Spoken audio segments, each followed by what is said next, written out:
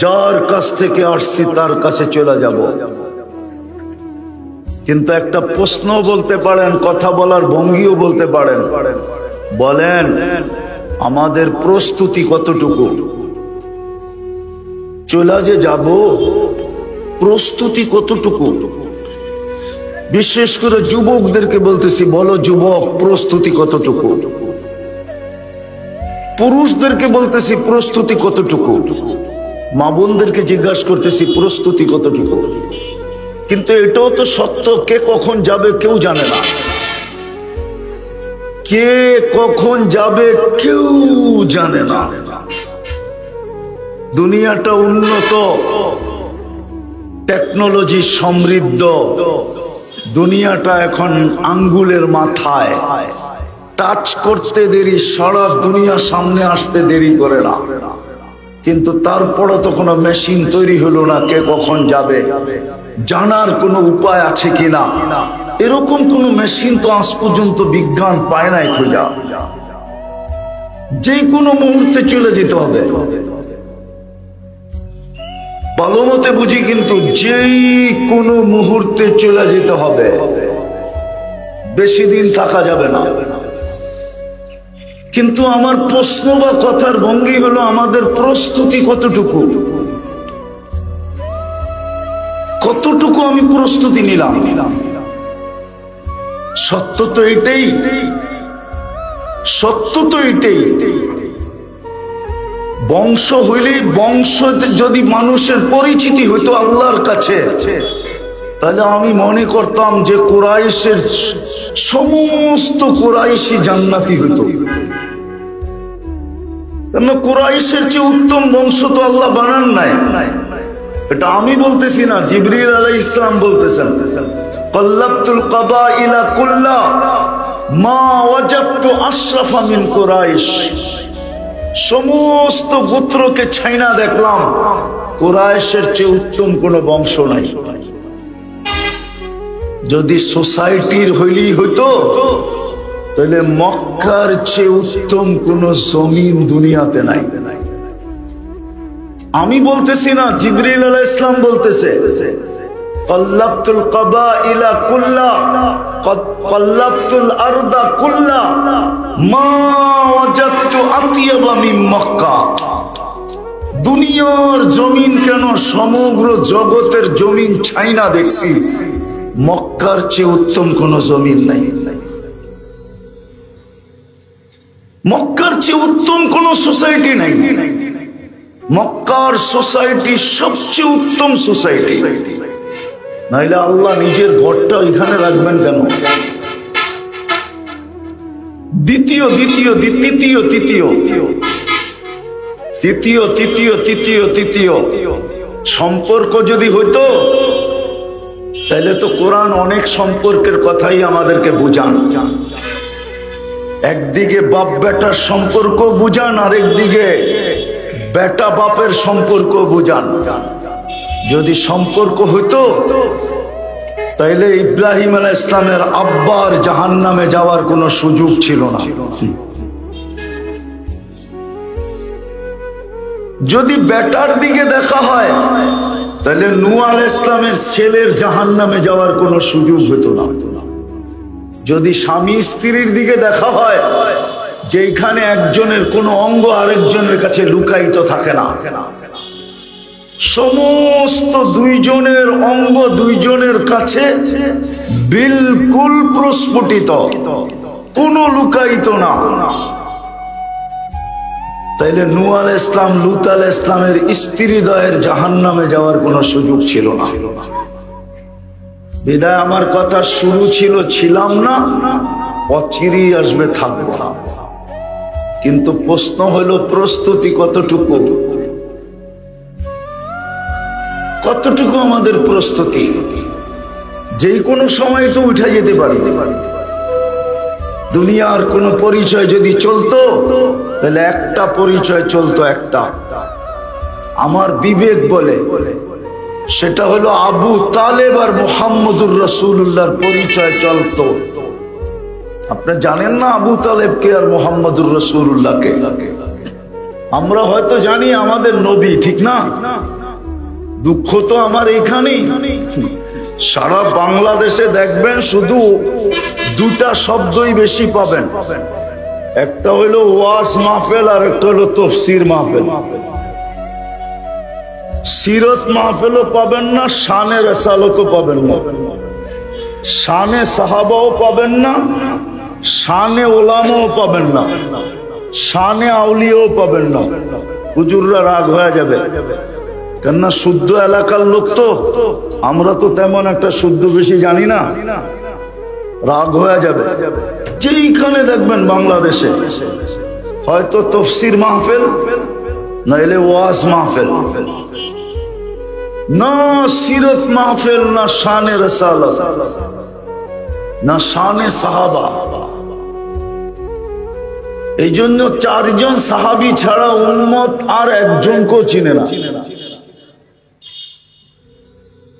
চারজন ছাড়া উম্মত আর একজনকেও, হুজুর রাগ হয়ে গেছে। শানে সাহাবা নাই, শানে ওলামা নাই, জাতি জানি না ওলামা কি। এই জন্যই তো জাতি ওলামা দেখতে পারে না। বেশিরভাগ মানুষ ওলামা বিদ্বেষী, অথচ পুলিশ দেখলে ভয় পায়, ওলামা দেখলে ভয় পায় না। পুলিশ তো হইল সরকারের সৈনিক, ঠিক না? আর ওলামা হইল আল্লাহর সৈনিক। কার? কার? মনে হয় বিশ্বাস হয় না, ঠিক না? দেশকে সুরক্ষিত রাখার জন্য 5 ধরনের প্রশাসন আছে বাংলাদেশে, 5 ধরনের। কয় ধরনের? শুধু দেশকে না, দেশ এবং দেশের স্বাধীনতা সার্বভৌমত্বকে অক্ষুণ্ণ রাখার জন্য 5 ধরনের সরকারি। একটা হলো পুলিশ বিভাগ, এটা হলো দেশের অভ্যন্তরীণ শৃঙ্খলাকে ঠিক রাখার জন্য, শান্তি নিরাপত্তাকে ঠিক রাখার জন্য সরকারের পক্ষ থেকে নির্বাচিত হলো পুলিশ বাহিনী। আপনি বলবেন ভিতরে তো আনসারও আছে, র্যাবও আছে, এরা সব পুলিশের অন্তর্ভুক্ত, পুলিশের অধীন। তো প্রথম হলো পুলিশ বাহিনী, সীমান্ত পাহারা দেওয়ার জন্য বিজিপি, যেন সীমান্তের ভিতরে কেউ না ঢুকতে পারে, 1 ইঞ্চি জায়গাও না নিতে পারে।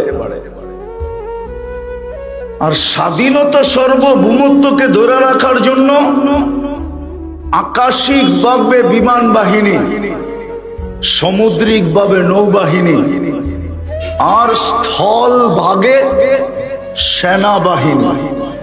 এই 5 বাহিনী হলো দেশকে সুরক্ষিত করার জন্য।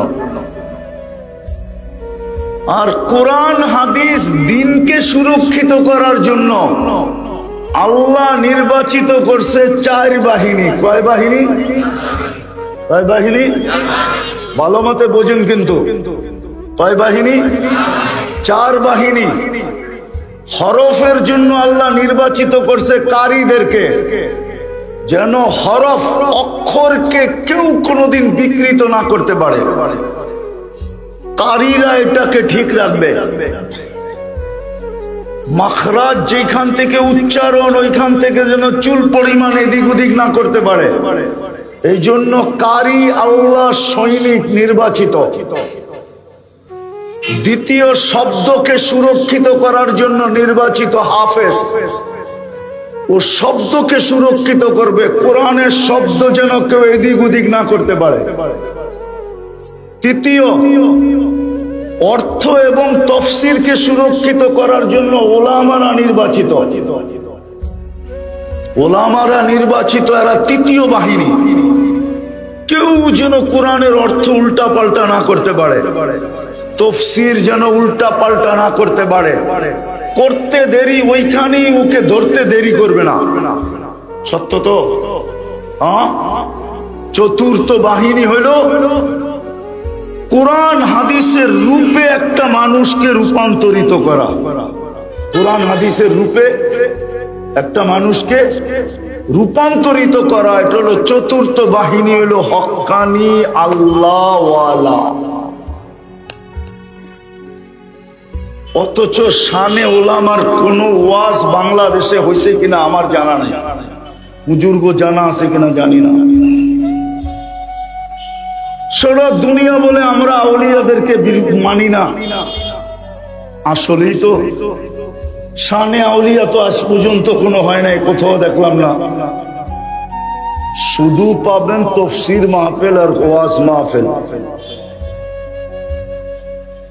তো যেটা বুঝাইতেছিলাম, বুঝাইতে যে প্রস্তুতি কতটুকু, ছিলাম না থাকবো না, অচিরেই চলে যাব, প্রস্তুতি কতটুকু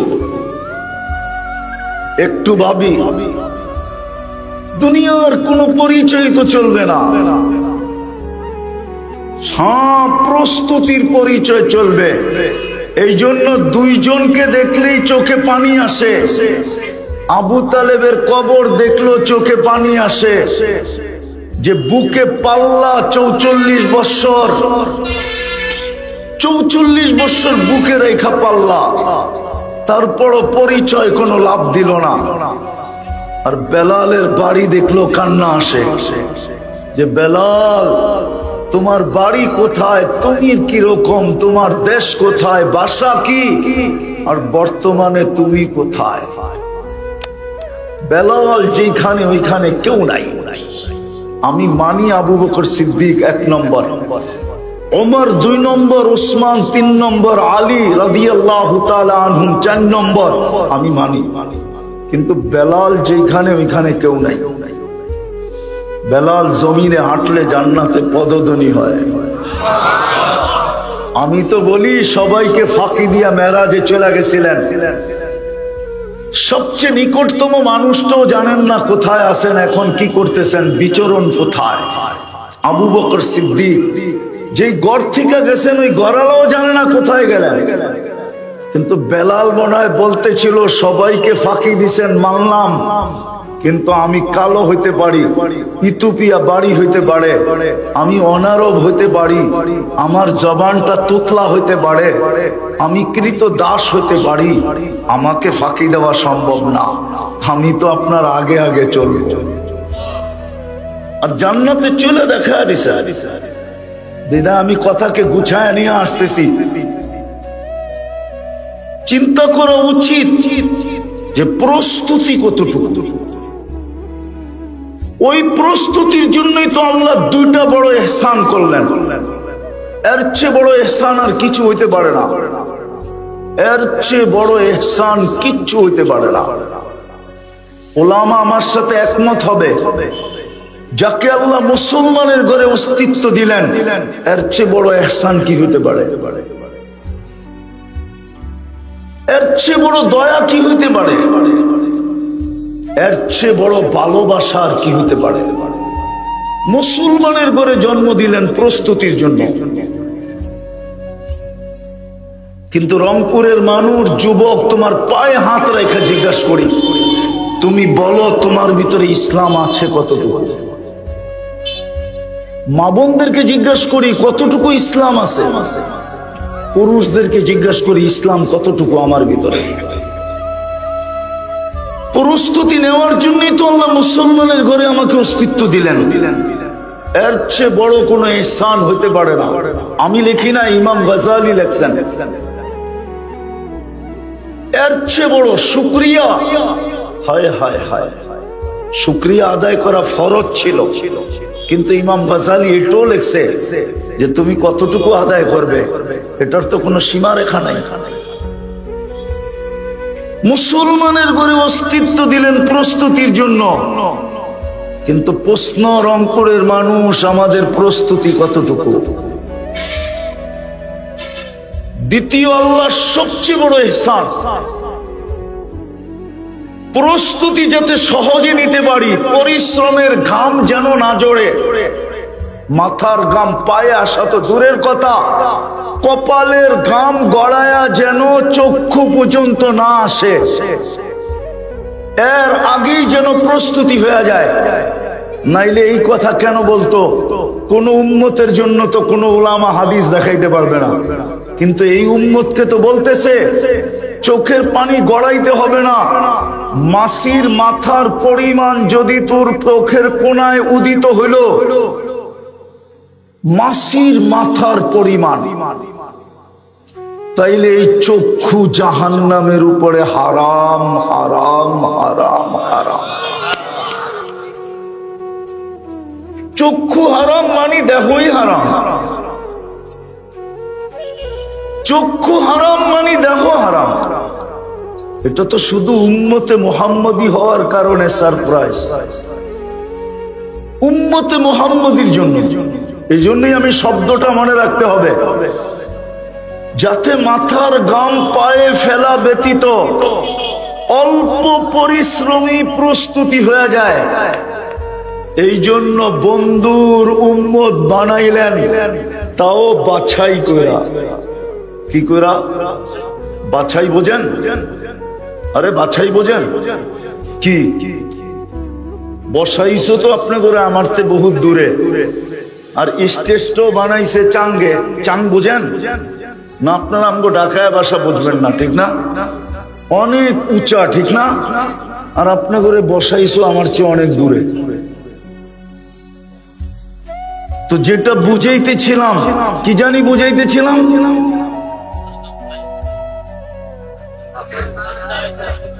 কি জানি একটা প্রশ্ন করতেছিলাম, কি বাছাই বোঝেন কি?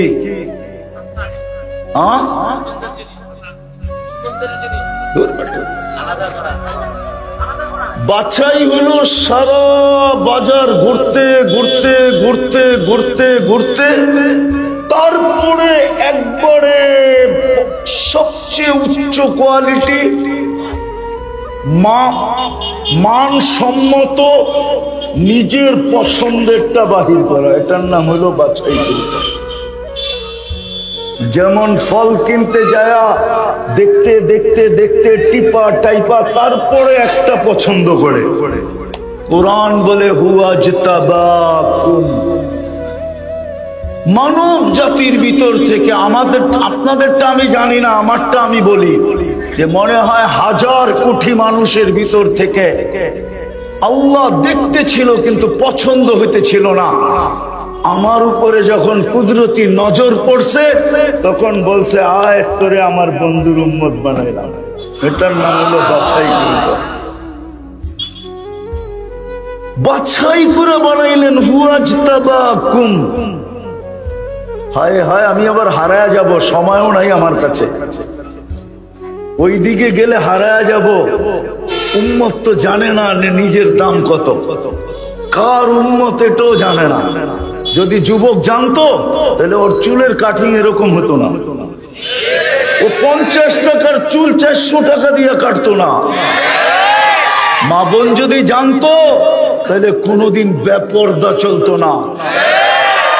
শিক্ষিত লোকগুলা যদি বসতো তাহলে কোনোদিন মন মতো চলতো না।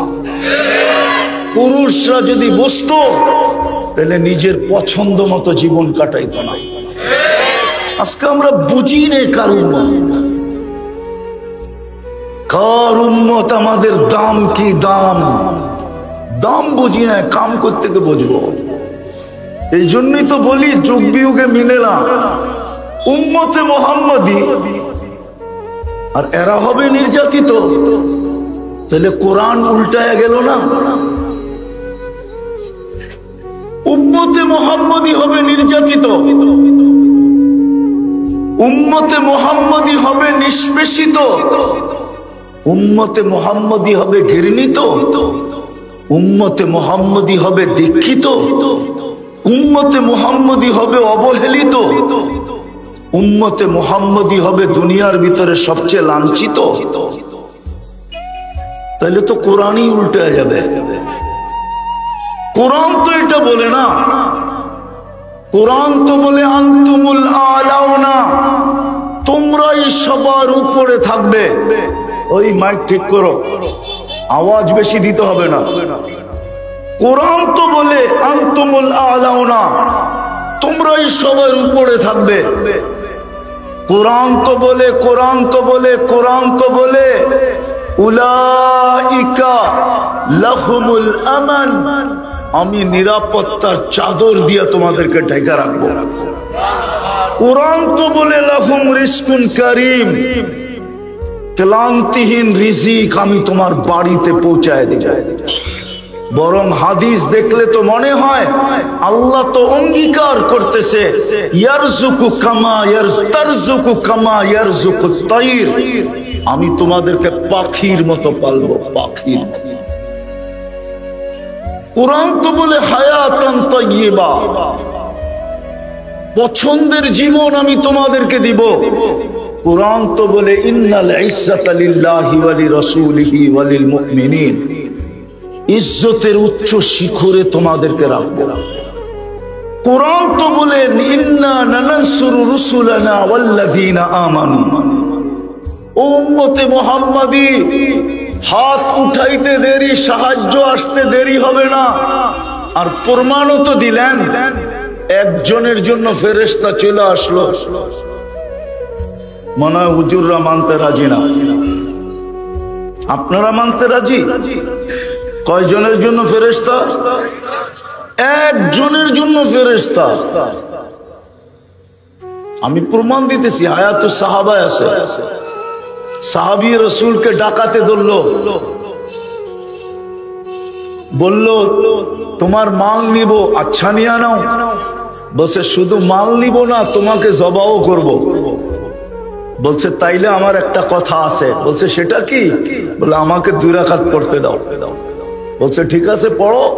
এই লাশগুলো পড়ছিল, কোনো কাজে দেয় নাই। তো 2 রাকাত পড়া যখন বয়ে বয়ে সালাম ফিরাইতে ছিল, তো ডান দিকে সালাম ফিরাইতে দেরি, তো দেখে সুদর্শন যুবক দাঁড়ানো, উলঙ্গ তরবারি হাতে, চেহারার থেকে যেন চাঁদের চেয়েও বেশি আলো ছিটকায় পড়তেছে, আর ঠোঁটে নামাজির দিকে দেখা মুস্কি মুস্কি হাসতেছে। বাম দিকে ফিরে তাড়াতাড়ি জিজ্ঞাসা করলো তুমি কে? তো ফেরেশতা বলতেছে আশ্চর্যের বিষয় তো, তুমি আমাকে ডাইকা আনলা আর তুমি জিজ্ঞাসা করতেছো তুমি কে? তুমি তো ডাইকা নিয়ে আসলা। তো বললো কিভাবে ডাকলাম? বলে তুমি যখন সেজদায় প্রথমবার পড়ছিলে, পুরা দোয়া আমি পড়বো না, কিতাবে আছে পুরা দোয়া। তুমি যখন ডাক দিছিলে ইয়া মুগিস আগিসনি, তখন সমস্ত আসমানে ছুটাছুটি শুরু হয়ে গেছে, কম্পন শুরু হয়ে গেছে। সব ফেরেশতা চিৎকার দিয়া বলতেছিল আল্লাহ, আল্লাহ, কোন বিপদগ্রস্তের আর্তনাদ, অনুমতি দিতে দেরি, ঝাঁপায়া পড়তে দেরি করব না। তা আমি নির্বাচিত হয়েছিলাম। দ্বিতীয়বার যখন তুমি ডাক দিছ, দোয়া পড়ছো ইয়া মুগিস আগিসনি বলছো, তো আমি 4 আকাশ অতিক্রম করে ফেলছি। আমি ছিলাম 4র্থ আকাশে। বলে যখন তুমি 3য় ডাক দিছ, তো আমি তোমার মাথার কাছে আইসা তোমার দুশ্মনকে জাহান্নামে পৌঁছায় দিছি। ওই যে দেখো শরীর থেকে দাউ দাউ করে আগুন জ্বলতেছে। বলছে এটা কি আমার বিশেষত্ব? বলছে না, কিয়ামতের সকাল পর্যন্ত আমি অপেক্ষা করব, বেঁচে থাকবো, তোমার মতো নামাজ যে উপহার দিবে তার ডাকে আমি ছুটে আসবো। বলেন একজনের জন্য যদি ফেরেশতা আয়েশা থাকতে পারে, তাইলে আজকে ফিলিস্তিনের 60 লক্ষের জন্য কেন আসে না? বলেন আমাকে, ফিলিস্তিনের 60 লক্ষের জন্য কেন আসে না? ফিলিস্তিনও তো আরব, বন্ধুর ভাষায় কথা বলে, কোরআনের ভাষায় কথা বলে, জান্নাতীদের ভাষায় কথা বলে। ফিলিস্তিন তো ওই জমিনের নাম ফিলিস্তিন। কোরআন তো বলে বারাকনা হাওলা, যার প্রত্যেকটা বালুর কণায় বরকত মিশ্রিত। ফিলিস্তিন তো ওই জমিন যেখানে ঘুমানোর জন্য ইব্রাহিম আলাইহিস সালাম বেছা নিয়া ওদিয়ে খলিল বানায়া এখনো ঘুমাইতেছে। ফিলিস্তিন তো ওই জমিন যেখানে মুসা আলাইহিস সালাম ঘুমাইতেছে। ফিলিস্তিন তো ওই জমিন যেখানে চিহ্নিত এখনো 70 জন নবীর কবর চিহ্নিত আছে, চিহ্নিত।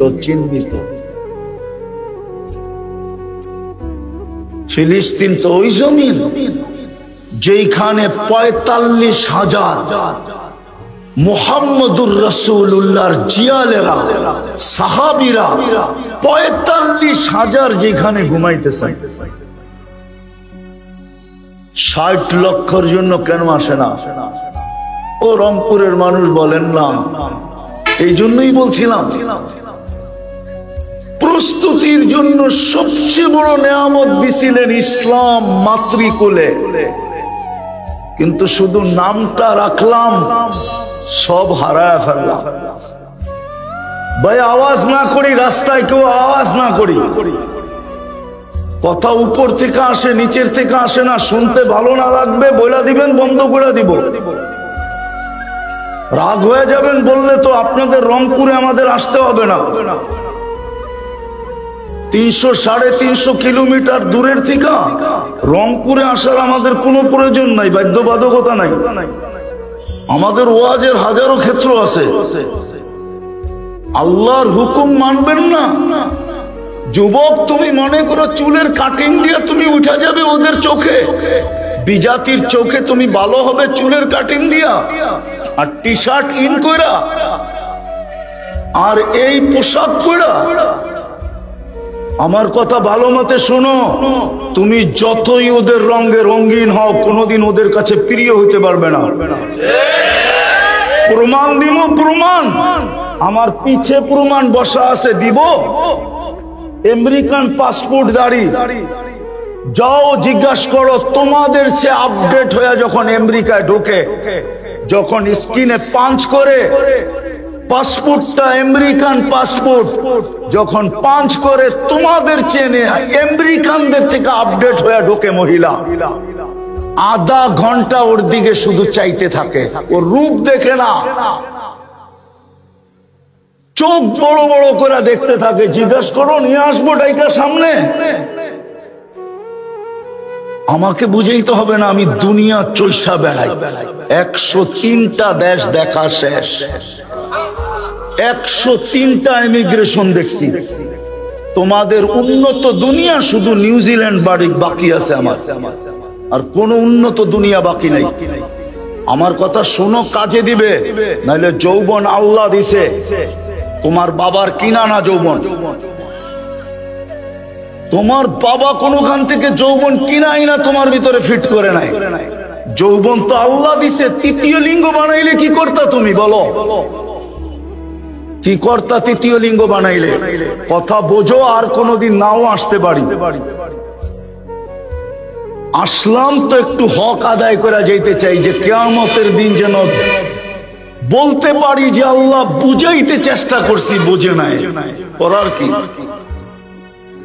এই জন্যই বলতেছিলাম, মুসলমানের ঘরে সবচেয়ে বড় নেয়ামত দিছিলেন, শুধু আজকে নামটা রেখা দিছি, নামটা।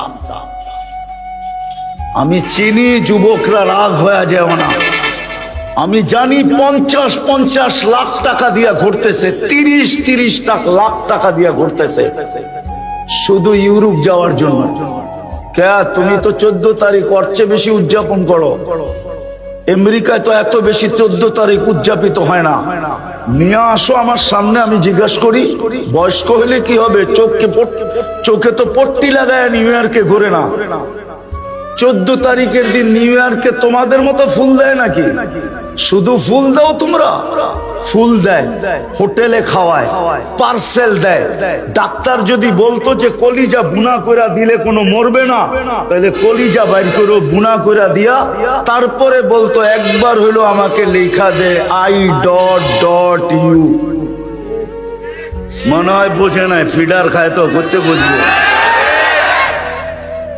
আমেরিকার 14 তারিখ কি এরকম নাকি? দেখা হইলো, গালে গাল লাগলো আর বইলা দিল ইউ আর মাই হানি, তুই আমার মধু, কাহিনী শেষ। হোটেলে খাওয়াবে, আবার ফুল দিবে, আবার পার্সেল দিবে। ওইখানে তো স্ত্রীর বিলই স্বামী দেয় না, প্রেমিকার বিল প্রেমিক কখন দিবে? স্ত্রীর বিলই তো স্বামী দেয় না হোটেলে বসা, যার যার কার্ড শেষে পাঞ্চ করে। বলো, জিজ্ঞাসা করো না চলে গেল উঠা, এখান থেকে চলে গেছে। সত্য এটা, নিয়ে আসো, কেউ থাকলে আমি প্রমাণ করে দিব। তো মুসলমান সবচেয়ে বড় নেয়ামত দিলেন, কিন্তু শুধু নামটা রাখলাম। ইসলাম আমার জীবনে নাই।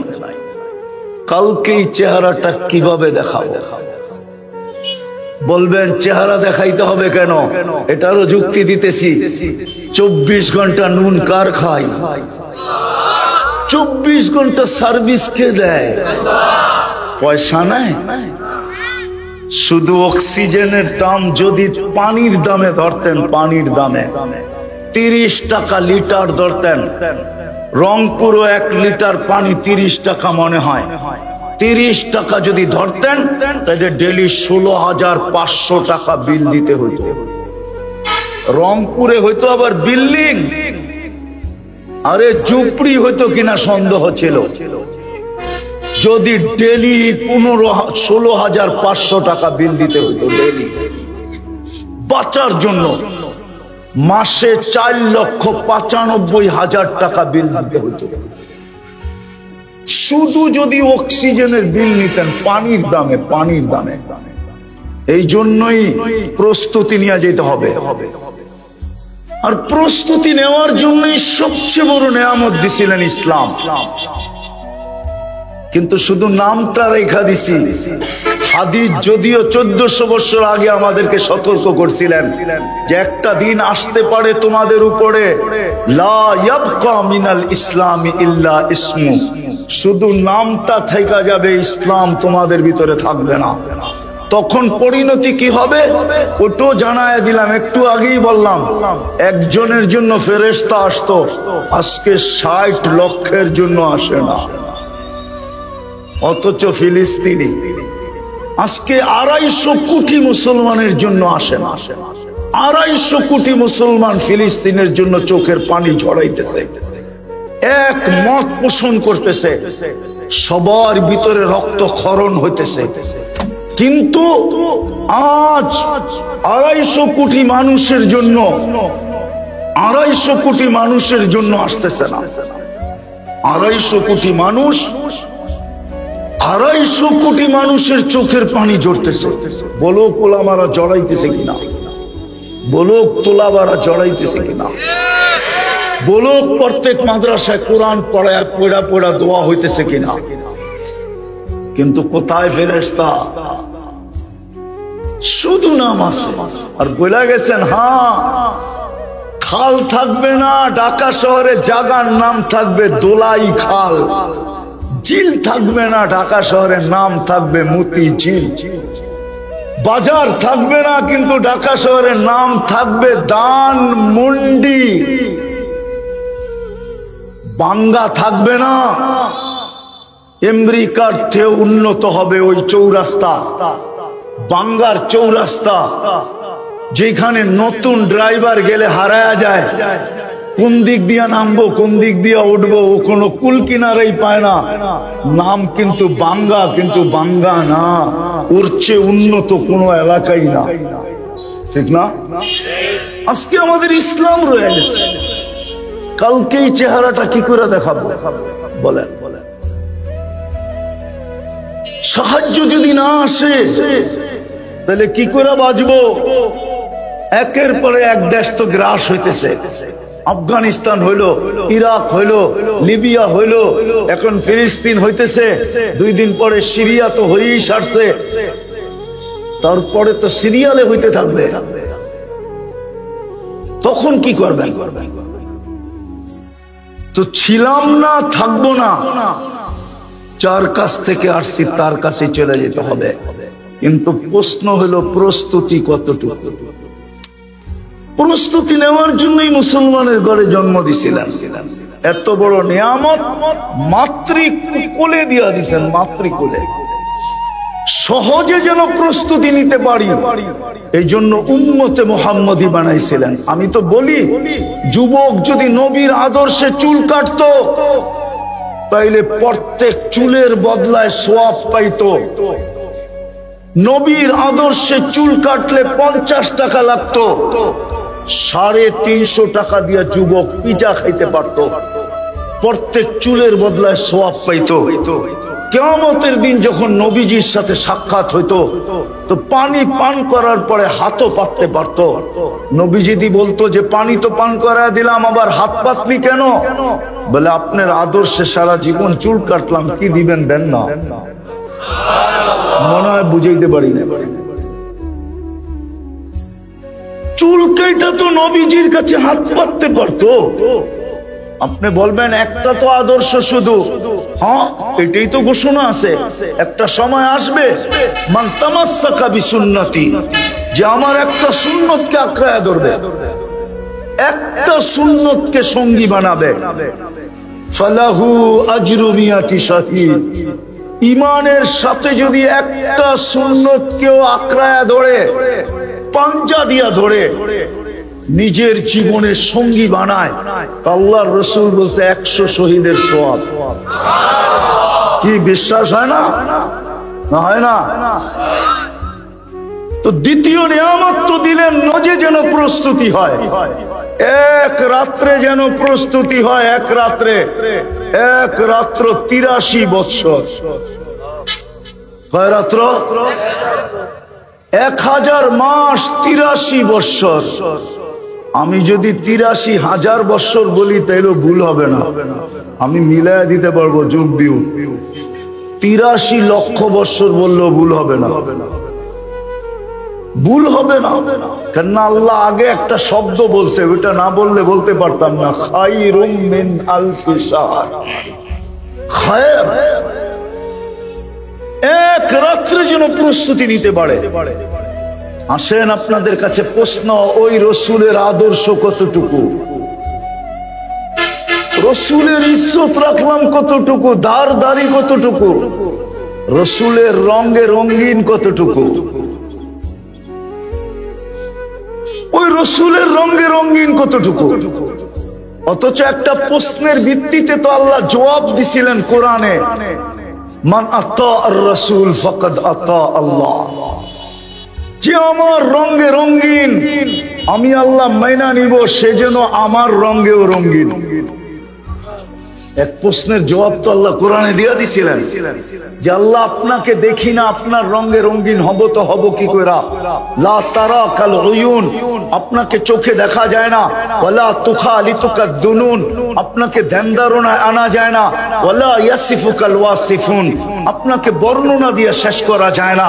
আপনি তো শুধু আল্লাহ না, আপনি তো রহমান, আপনি তো রহিম, আপনি তো মালিক, আপনি তো কুদ্দুস, আপনি তো সালাম, আপনি তো মুমিন, আপনি তো মুহাইমিন, আপনি তো আজিজ, আপনি তো জব্বার, আপনি তো মুতাকাব্বিরুল খালিকুল বারিউল মুসাব্বিরুল গফফারুল কাহ্হারুল ওয়াহ্হাবুর রাজ্জাকুল ফাত্তাহুল আলিমুল কাবিদুল বাসিতুল খাফিদুর রাফিউল মুইজ্জুল মুদিল্লুস সামিউল বাসিরুল হাকামুল আদলুল লতীফুল খাবীরুল হালিমুল আযীমুল গফুরুশ শাকুরুল আলিয়ুল কবীরুল হাফিজুল মুকিতুল হাসিবুল জলিলুল করিমুর রকিবুল মুজিবুল ওয়াসি আল হাকিমুল ওয়াদুদুল মজিদুল বাঈতুশ শাহীদুল হকুল ওয়াকিলুল কবিয়ুল মতিনুল ওয়ালিয়ুল হামিদুল মুসি আল মুবদি আল মুঈদ আল মুহয়ি আল মুমীত আল হাইয়্যু আল কাইয়্যুম আল ওয়াজিদ আল মাজিদ আল ওয়াহিদ আল আহাদ আস সামাদ আল কাদির আল মুক্তাদির আল মুকদ্দম আল মুআখ্খার আল আউয়াল ওয়াল আখির আল যাহির ওয়াল বাতিন আল ওয়ালি আল মুতাওয়ালি আল বাররু আত তাওয়াবুল মুনতাকিম আল আফু আর রাউফ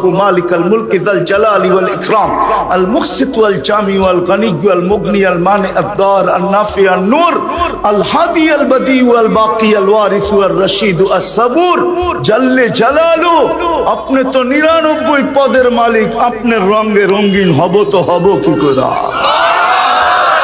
আপনি তো 99 পদের মালিক। তখনই তো আল্লাহ জবাব দিছেন মান আতা আর রাসূল ফাকাদ আতা আল্লাহ। আমার বন্ধুর রঙে রঙিন হয়ে দেখা। বলেন ওই বন্ধুর রঙে রঙিন কতটুকু? মা বোনরা কতটুকু রঙিন, পুরুষ কতটুকু রঙিন, যুবক কতটুকু রঙিন, শিক্ষিত কতটুকু রঙিন, অশিক্ষিত কতটুকু রঙিন। আজকে আমাদের দুরবস্থা হবে না তো হবে না কেন? অথচ কোরআন তো অন্যটা বলে, হাদিস তো অন্যটা বলে, ইতিহাস তো অন্যটা বলে। একজনের জন্য ফেরেশতা 250 কোটি মুসলমানের জন্য ফেরেশতা নাই। আজকে দুরবস্থা হবে না তো হবে না কেন? শুধু ইসলামের নাম রেখা দিছে, নবীর শুধু উম্মত বইলা শুধু নাম শুনলে ও উম্মতে মুহাম্মাদি হাত উঠাইতে দেরি, সাহায্য আসতে দেরি হবে না। আর প্রমাণও তো দিলেন, একজনের জন্য ফেরেশতা চলে আসলো। মনে হয় হুজুররা মানতে রাজি না, আপনারা মানতে রাজি? কয়জনের জন্য ফেরেশতা? একজনের জন্য ফেরেশতা। আমি প্রমাণ দিতেছি, হায়াতুস সাহাবায় আছে। সাহাবী রাসূলকে ডাকাতে ধরলো, বলল তোমার মাল নিব, আচ্ছা নিয়ে নাও। বলছে শুধু মাল নিব না, তোমাকে জবাও করব। বলছে তাইলে আমার একটা কথা আছে। বলছে সেটা কি? বলে আমাকে 2 রাকাত পড়তে দাও। বলছে ঠিক আছে পড়ো। এই লাশগুলো পড়ছিল, কোনো কাজে দেয় নাই। তো 2 রাকাত পড়া যখন বয়ে বয়ে সালাম ফিরাইতে ছিল, তো ডান দিকে সালাম ফিরাইতে দেরি, তো দেখে সুদর্শন যুবক দাঁড়ানো, উলঙ্গ তরবারি হাতে, চেহারার থেকে যেন চাঁদের চেয়েও বেশি আলো ছিটকায় পড়তেছে, আর ঠোঁটে নামাজির দিকে দেখা মুস্কি মুস্কি হাসতেছে।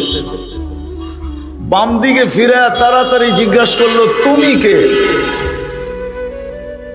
তো ফেরেশতা বলতেছে আশ্চর্যের বিষয় তো, তুমি আমাকে ডাইকা আনলা আর তুমি জিজ্ঞাসা করতেছো তুমি কে? তুমি তো ডাইকা নিয়ে আসলা। তো বললো কিভাবে ডাকলাম? বলে তুমি যখন সেজদায় প্রথমবার পড়ছিলে, পুরা দোয়া আমি পড়বো না, কিতাবে আছে পুরা দোয়া। তুমি যখন ডাক দিছিলে ইয়া মুগিস আগিসনি, তখন সমস্ত আসমানে ছুটাছুটি শুরু হয়ে গেছে, কম্পন শুরু হয়ে গেছে। সব ফেরেশতা চিৎকার দিয়া বলতেছিল আল্লাহ আল্লাহ, কোন বিপদগ্রস্তের আর্তনাদ, অনুমতি দিতে দেরি, ঝাঁপায়া পড়তে দেরি করব না। তা আমি নির্বাচিত হয়েছিলাম। দ্বিতীয়বার যখন তুমি ডাক দিছ, দোয়া পড়ছো ইয়া মুগিস আগিসনি বলছো, তো আমি 4 আকাশ অতিক্রম করে ফেলছি। আমি ছিলাম 4র্থ আকাশে।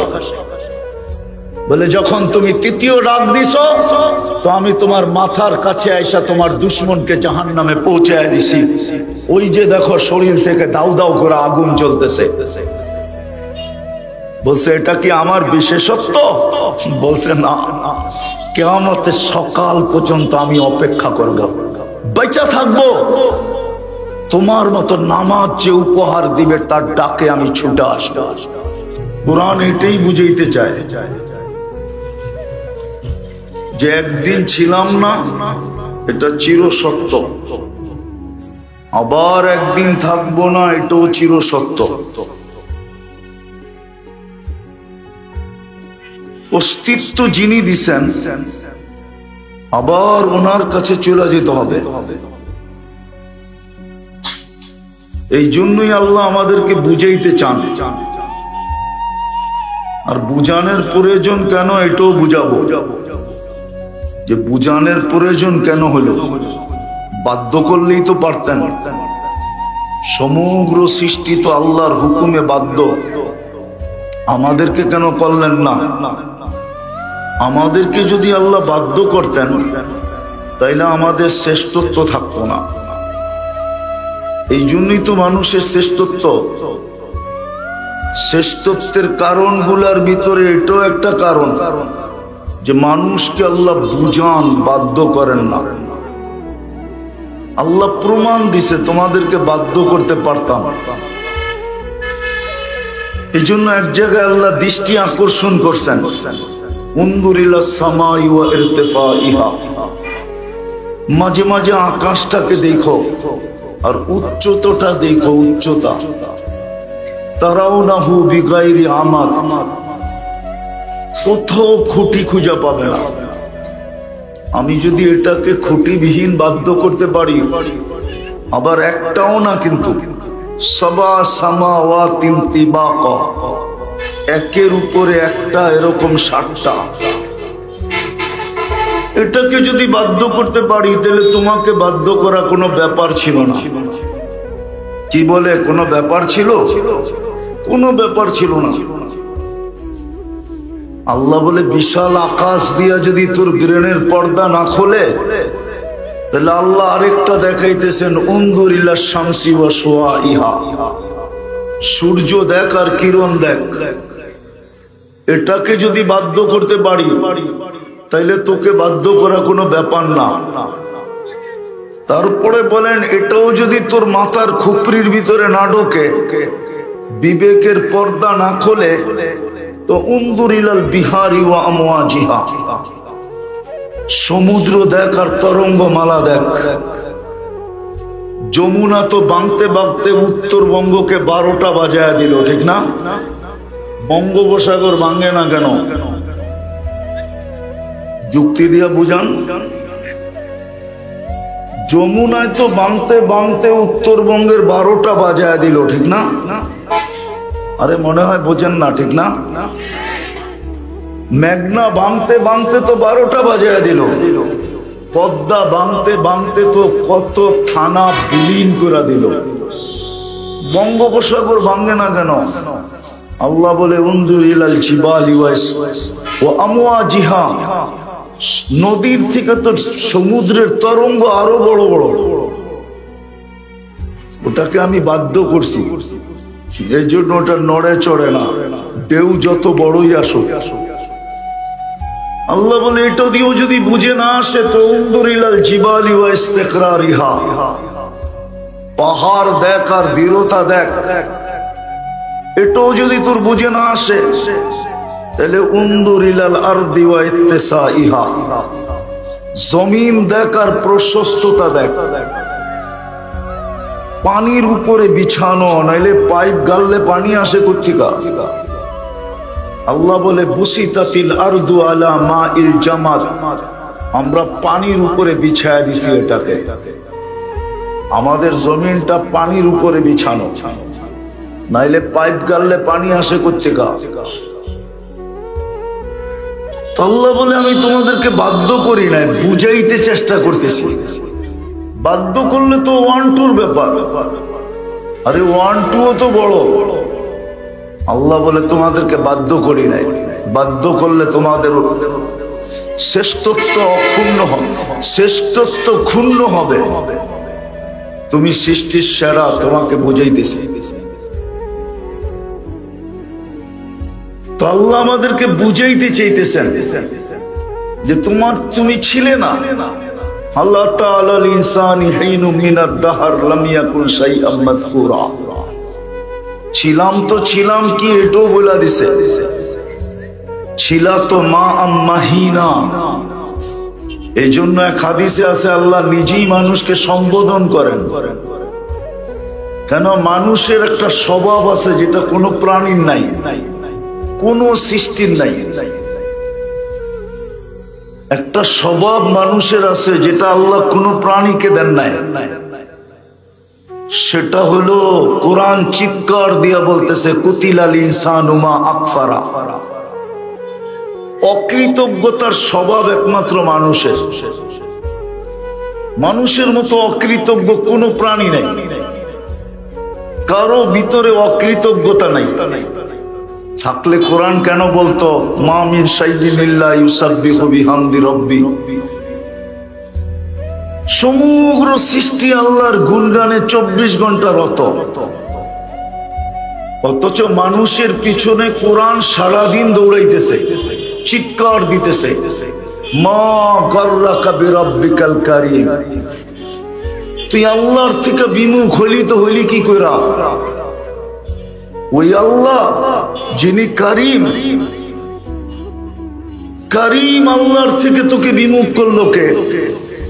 তো মানুষের মতো অকৃতজ্ঞ কোনো প্রাণী নাই, আর এটা মানুষই একমাত্র এটার উত্তরসূরি। এই স্বভাব একমাত্র মানুষের ভিতরে, পাইতে দেরি বলতে দেরি করে না। এই জন্য আল্লাহ বুঝাইতে চাইতেছে, তুই ছিলি না, ছিলিও তো মা আম্মাহিনা, নিকৃষ্ট পানি। সুম্মা দামা, পড়ে রক্ত, সুম্মা মুদগা, পড়ে রক্ত পিণ্ড, সুম্মা কাসাইতু আলাইহি লাহমা, এর উপরে আমরা নিখুঁত ভাবে গোশত আর চামড়ার আবরণ চড়াইয়া দিছি। নিকৃষ্ট পানিটাও কোথায় ছিল এটাও বলে দিছেন, সালবি আবি কাওয়াইবি উম্মি, বাপের পিঠে ছিল, মার সিনায় ছিল। এক প্রসেসিং এর মাধ্যমে আমরা বাহির করছি। আখরাজতু সুম্মা জামাআতু ফি বাতনি উম্মি, ওইখান থেকে বাহির করছি এক প্রসেসিং এর মাধ্যমে, মার পেটে একত্রিত করছি দুটাকে। গাসাইতু ফিল গিসা, পর্দা দ্বারা আবদ্ধ করছি। সুম্মা রব্বাইতু, পরে প্রসেসিং করছি, প্রসেসিং করছি। আওহাইতু মালাকাল মুআক্কালি বিল আরহাম, রেহেমের উপরে আমরা ফেরেশতা নির্ধারণ করছি। প্রতিদিন ওহী আসছে, আম্মা সাবিলা ইয়াসসার, আমরা প্রতিদিন মেসেজ দিছি, আস্তে আস্তে রাস্তা প্রশস্ত করো। তো কিভাবে বানাইছেন ওটা তো বললামই, পানি, রক্ত, রক্তপিণ্ড, কঙ্কাল, তার উপরে গোশতের আবরণ। আল্লাহ বলে ফালাম্মা তাম্মাত মুদ্দাতু আশহুরি, যখন তো সময় পুরা হয়ে গেছে তো ফেরেশতাকে বলছি আমরা ফাফরিশ রিশাকার রাকি, পাতলা পর বিছায়া দে। ফাআখরাজতু আলা রিশাইহির রাকি, পাতলা পরের উপর দিয়া তোমাকে বাহির করে নিয়ে আসছি। কিন্তু এর আগেও কয়েকটা কাজ করছি, সেটা হলো জাআলতু লাকা হানানা, তোমার জন্য মা বাবা আপনজনের দিলের ভিতরে ভালোবাসার জাল বুনছি। ভালোবাসা যদি মার বুকে না থাকতো কোনোদিন মা তোমাকে ধারণ করতে পারতো না। কেননা মা সন্তান পেটে নিয়ে যে কষ্ট অনুভব করে, কোরআন বলে, কোরআন হিমালয় যদিও দুনিয়ার সবচেয়ে উঁচা পাহাড়, কিন্তু কোরআন বলে মার কষ্ট হিমালয়ের চেয়েও কয়েক গুণ উঁচা। ওহনুন আলা ওহনিন, কষ্টের স্তূপ দিতে থাকে মা, যেটা হিমালয় পার হয়ে চলা যায়। ইমাম গাজালি রহমতুল্লাহ আলাইহি লেখেন, লাউ উলকিয়া আলাল জিবাল লাল শাক্কাল জিবাল, মার কষ্টগুলা যদি যান্ত্রিক রূপ দেওয়া যেত আর যদি কোনো কঠিন পাথরের পাহাড়ে নিক্ষেপ করা হইতো তো লান শাক্কাল জিবাল, পাহাড় টুকরা টুকরা হয়ে যেত। কিন্তু মা কষ্টকে সহ্য করে কি করে? আল্লাহ বলে জাআলতু লাকা হানানা, তোর জন্য আমরা ভালোবাসার ঢেউ খেলায় দিছি। 24 ঘন্টা ভালোবাসার ঢেউ ভিতরে খেলতে থাকতো। মা কষ্ট সহ্য করা সত্ত্বেও মুচকি মুচকি হাসতে থাকতো।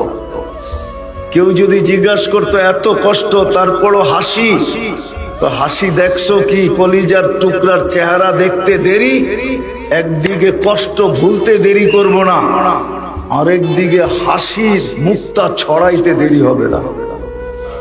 আর যেদিন মা বইলা ডাক দিবে ওদিন তো কোনো অন্তই থাকবে না।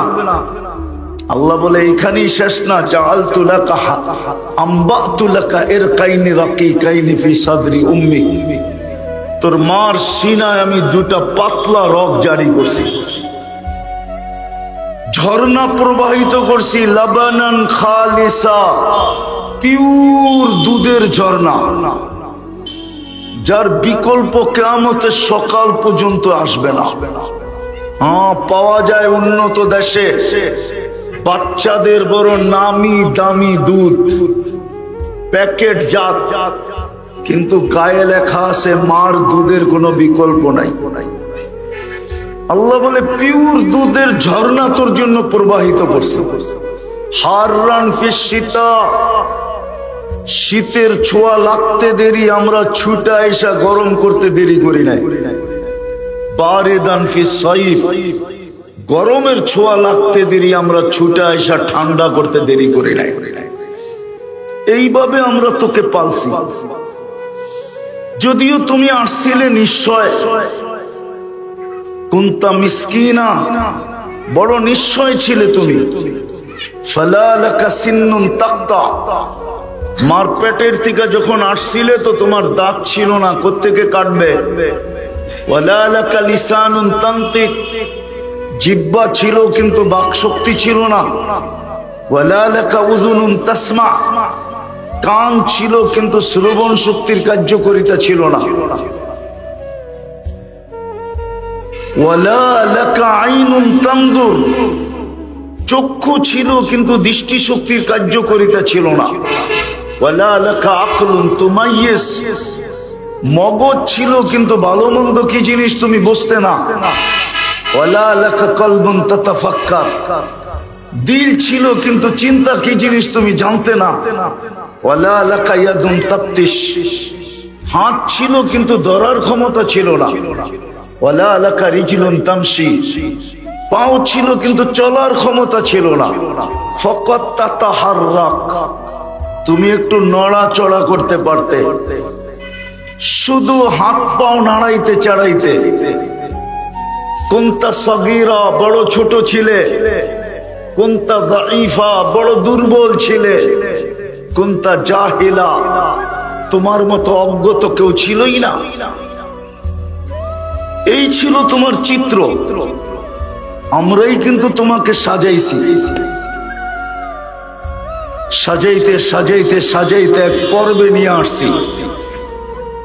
যুবককে যৌবনের পর্বে নিয়ে আসছি, নারীকে নারীত্বের পর্বে নিয়ে আসছি, পুরুষকে পুরুষত্বের পর্বে নিয়ে আসছি, অশিক্ষিতকে শিক্ষার পর্বে নিয়ে আসছি, দুর্বলকে সুঠামত্বের পর্বে নিয়ে আসছি, নিশ্চয়কে স্বয়ং সম্পূর্ণতার পর্বে নিয়ে আসছি। হ্যাঁ হ্যাঁ, হাদিসে আছে, আমি তর্জমা করতেছি। এই পর্বে তোমাকে নিয়ে আসছি। উচিত তো ছিল 24 ঘন্টা আমার কুদরতি পায়ে পড়ে থাকা, কিন্তু বললাম না তোমার স্বভাব হইল কুতিলাল ইনসানু মা আকফারা। তুমি অকৃতজ্ঞ হইতে দেরি করো নাই। অকৃতজ্ঞ হইতে দেরি করো নাই। এই জন্যই তো এক হাদিসে আছে, মান আরাদা আন্নি নাদাইতুহু মিন কারিব, আল্লাহ বলে যে পাওয়ার পরে আমার কাছ থেকে বিমুখ হয়ে যায়, দূরে সরে যায়, আমাকে ভুলা যায়, আমি কাছের থেকে যায় ডাকি। আর কি বলি জানো? হাল ওয়াজাদতা আজওয়াদা মিন্নি, আমার চেয়ে বড় দাতার সন্ধান কি তোকে কেউ দিছে বা তোর কাছে আছে যে তুই আমার থেকে মুখ ফিরাইলি আর অন্যদিকে চলতে শুরু করলি? হাল ওয়াজাদতা আকবারা মিন্নি, আমার চেয়ে বড় কেউ? ফাইলাইন, কই চললি? তারপরে আল্লাহ বলে আমা তাই তো কাইনানে তানদুরু বিহা, দুটো একটু কি তোর লজ্জা লাগে না? দুটো চক্ষু কি আমি তোকে দেই নাই যেটা দিয়ে তুই দেখিস? আমা তাই তো কাউদুনানে তাসমাউ বিহা, দুটো কান কি আমি দেই নাই যেটা দিয়ে তুই শুনিস? আমা তাই তো কালিসানান তানতিকু বি, বাকশক্তি কি আমি দেই নাই যেটা দিয়ে তুই বলিস? আমা তাই তো কাকলান তুমাইয়িজু বি, মগজ কি আমি দেই নাই যেটা দিয়ে তুমি ভালো মন্দ বোঝো? আমা আতাইতুকা কলবান তাতাফাক্কারু বি, দুটা দিল কি আমি দেই নাই যেটা দিয়ে তুমি চিন্তা করো। আমা আতাইতুকা ইয়াদানে তাবতিশু বিহা, আমি দুটা হাত কি দেই নাই যেটা দিয়ে তুমি কর্ম করো। আমা আতাইতুকা রিজলানে তামশি বিহা, দুটা পাও কি দেই নাই যেটা দিয়ে চলো। আমা কুনতা সগীরা ফাকাব্বারতা, তুই তো ছোট ছিলি, বড় তো আমিই করলাম। কুনতা দাঈফা ফাকাওয়াইতুক, তুই তো দুর্বল ছিলি, সুঠামত্ব তো আমি দিলাম। কুনতা জাহিলা ফাআল্লামতুক, অজ্ঞ ছিলি, শিক্ষা তো আমি দিলাম। কুনতা মিসকিনা ফাআগনাইতুক, তুই তো নিশ্চয় ছিলি স্বয়ং সম্পূর্ণ, তো আমি করলাম। ফাইলাইন কই চললি। এই জন্যই আমার কথা শুরুটা ছিল ছিলাম না, একটা দিন আসবে আবার থাকবো না। ছিলাম না, একটা দিন আসবে আবার থাকবো না। অস্তিত্ব যিনি দিছেন তার কাছেই চলে যেতে হবে, বাগার কোনো সুযোগ নাই। যদি থাকতো তাহলে কোরআন এই কথা বলতো না, ফানফিরু, ভাগো, ওয়ালা তানফিরু, আবার এই কথাও বলতো না, ভাগতে ভাগতে কতটুকু ভাগবি, কোথায় ভাগবি। এই জন্য কোরআন আরেকভাবে বুঝেছে, আইনাল মাফার, কোথায় বাইগা যাবি। ইল্লা বিসুলতান, আমার রাজত্বের বাহিরে। তো আমি কথাকে গুছায় নিয়ে আসতেছি, লম্বা করার সুযোগ আমার হাতে নাই। আর আমার পরেও বক্তা আছে, উনি আপনাদেরকে মন গোড়া শোনাবে। এই জন্য আমি 10টার ভিতরেই গুছায় নিয়ে আসতেছি। বড় মনোযোগ দিতে হবে। আমি যাব একটা জায়গায়, নিয়ে যাব আপনাদেরকে।